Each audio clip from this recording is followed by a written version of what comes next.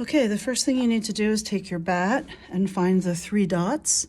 And once you find the 3 dots on the 2 sides, the 3 dots go on the bat pin. So you have to kind of feel underneath, wiggle it around, be sure both of them are on and it's not moving. Next thing you do is you have your 1 pound of clay that's been wedged, and now you're going to pat it into a nice round sphere. We don't want any cracks in it. We don't want it to be too bumpy because we want to be able to have a nice smooth bottom on it when we get going with the throwing. So now I'm going to look for the best side like that, and I'm going to slam it down in the middle of the bat. It's not in the center. I'm going to take it off and try again. Still not. That's better. Okay. Now, in the beginning, our wheel is going at high speed because we are going to try to center. So first things first, you have to get your hands wet and turn your wheel on. First, I just kind of set my hands on top with wet hands, and then I'm going to squeeze my hands together and move my hands up.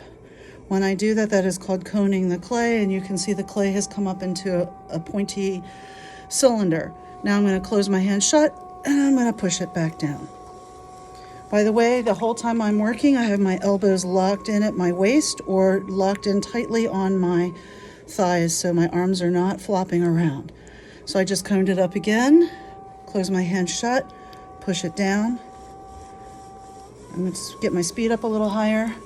And I usually cone at least 3 times, and this helps get all the clay particles going in the right direction, all lined up, and it begins the centering process.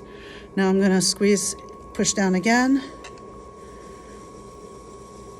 and I'm going to take my hands off, and you can see it's already partially centered. Now I don't like all this, so at this point I take a little break and kind of wipe off some of the slip on my hands because I don't like to have my hands covered in slip while I'm working. Next up, I'm going to start to center. So I'm locking my elbow in at my waist, making sure my hand is wet, and I'm making a wall with my left hand. My hand is actually on the bat, and you can see it's right up against the clay and curved around a little bit.